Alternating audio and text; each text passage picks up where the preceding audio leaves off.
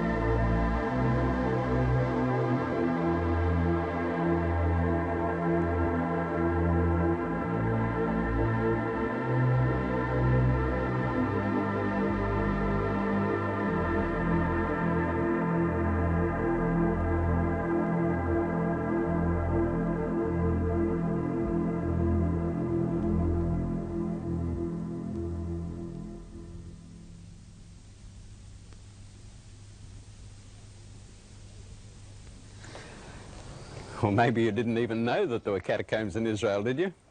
They're interesting, aren't they? In fact, there's a lot of very interesting burial customs. So many people have different ideas about burial. For instance, in India, the Hindus cremate their dead, put them on a funeral pyre, and then light the fire and burn the body completely.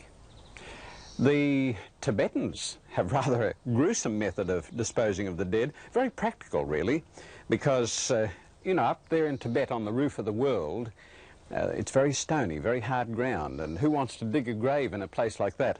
And so what they do is they have special men appointed who will cut the body into pieces, and then they throw them to the birds. In fact, that is what the Parsis do. You know, the Parsis who originally came from Persia, driven out by the Muslim invasion, and they worship fire and water and earth, the elements. They don't like to desecrate these things. And so they have a system whereby they have a big round tower. They call it a tower of silence. And then they place the naked body inside this tower on an iron grating. And of course the vultures come down, and in about 10 minutes all that's left is the bones, that's all. Of course the Muslims believe in burial and a form of resurrection. And so there are some very magnificent Muslim burial places. For instance, you're all familiar with the Taj Mahal, where Shah Jahan buried his beautiful wife Mumtaz Mahal many years ago. And that's a magnificent monument. And then, of course, the ancient Greeks believed in the preservation of the soul. So did the Egyptians. In fact, they had a very interesting custom. They had what they called an ushabti, and it's a little figure about this big, or sometimes smaller, sometimes bigger. And this figure carried a flail and a sickle over in his arms, you see. And the idea is, put one of these in your burial place, and this fellow's will be animated in the life to come, and he'll do all your farm work for you. So different people had different customs, different ideas about what happens when you die. And of course, Christians have their own ideas about this too. You go to a Christian cemetery, and there you'll read on the tombstones where so-and-so has gone to heaven. And most Christians believe you either go to heaven or go to hell. When you die, your soul leaves the body. Well, what's it all about anyway? What does happen when you die? Does the soul leave the body and go to heaven or wherever? The best answer that we can get, of course, is from the Bible, because after all, that's God's answer, and God ought to know what happens when you do die. So we need to consult the Bible to find out just what is involved in death. What happens? Where are you 10 minutes after you die? Well, I'll tell you one thing that you can get from the Bible. The very first message is this: you don't need to be afraid of dying. This is not actually the tomb of Jesus Christ. It's the tomb of Herod's family. But it's very like it. And you can imagine Jesus Christ stepping out of this tomb and coming back to life. He's been dead, really dead, and yet here he is, back to life again. Well, what would you like to ask him? I'm sure there's a lot of people who would like to ask him, Jesus, what's it like to die? What's this feel like to be dead? After all, here's somebody who's been through the experience. No use asking a preacher or asking somebody who hasn't been through the experience. Ask somebody who's been through it, and Jesus has. And he gives us the answer. You know what it is? It's found in Revelation chapter 1 and in verse 17, where he said, I fell at his feet as dead, but he laid his right hand on me, saying to me, do not be afraid. I am he who lives and was dead, and behold, I am alive forevermore. So the great message that Jesus Christ, who has been through the experience of death, the message he has for us is, don't be afraid. It's only a sleep. Don't worry about it. And why don't we need to worry? Because he says, I have the keys of Hades and of death, that is, of the grave and death. He's got the keys. He can open the door. He can let you out. So nobody needs to be afraid of dying when you know that Jesus Christ has been through it, and he says, don't be afraid, and he's got the keys to let you out again.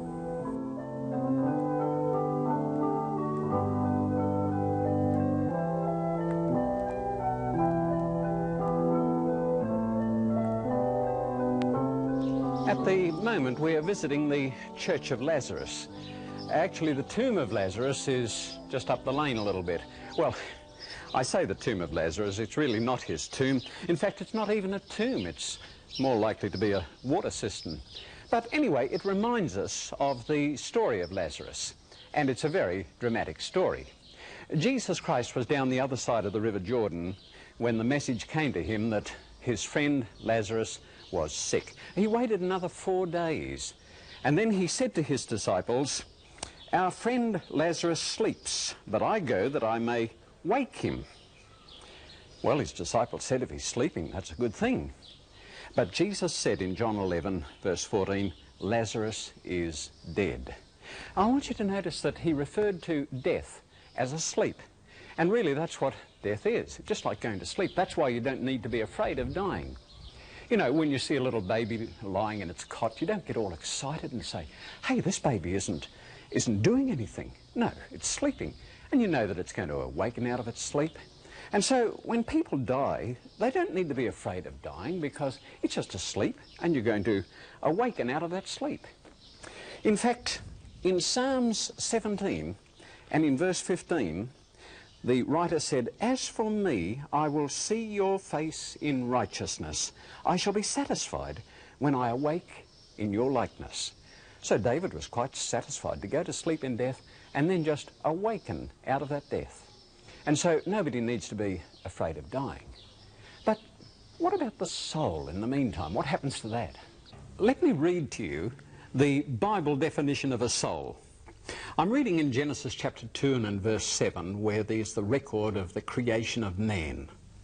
It says, and the Lord God formed man of the dust of the ground, that is, made his body, and breathed into his nostrils the breath of life. Breath of life and spirit are equal terms in the biblical record.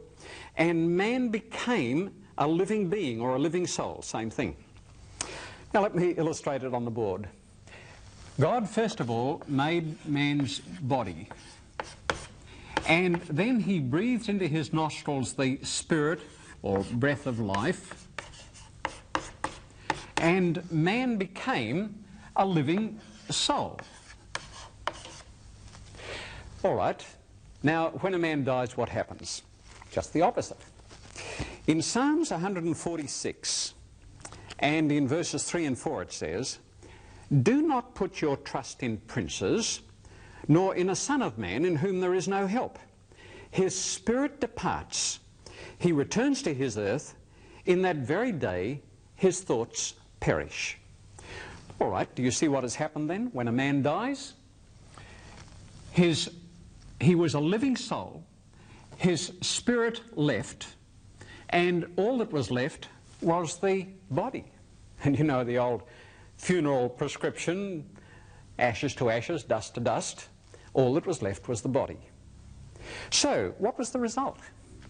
Well, we have here in Ecclesiastes chapter 9 and in verse 5, for the living that they know that they will die, but the dead know not anything. How can you, if it's just a dead body? Well, you might say, well, where did the soul go to? Surely it went somewhere. Not necessarily. Let me illustrate it this way. Now, we have a light in this room, and it's got a glass bulb and a metal filament, and it's got electricity flowing through it, and so we have light. But now, let me just reach over and flick the switch off. All right. Now, the light's gone off. Where did it go? Did it go out the window or under the table, or where did it go? Well, it didn't go anywhere. We simply turned it off. Now, that's the way it is with the living soul, the human being. It's alive, it's got all the elements, the material elements, but God switches it off. And so life ceases to exist. And all you have left is the human body. Now, this comes as a bit of a surprise to some people, and they raise the question, but listen, doesn't the Bible teach that the soul is immortal, that it cannot die? No, that's not what the Bible teaches. Listen, I'm reading in Ezekiel chapter 18 and in verse 4. Behold, all souls are mine. The souls of the Father as well as the soul of the Son is mine. Listen, the soul who sins shall die. That's plain enough, isn't it? The soul that sins shall die. So, the soul can die. But at the resurrection, again we get back to the creation formula. In other words, body plus spirit or breath of life equals a living soul again. This is the valley of Gehenna. This is where all the rubbish from Jerusalem was dumped. They brought it out of the dung gate over there and dumped it into the valley here. And of course the maggots got to work and the fires were smouldering all the time. Jesus Christ referred to this, where he referred to the place where their worm dieth not and their fire is not quenched.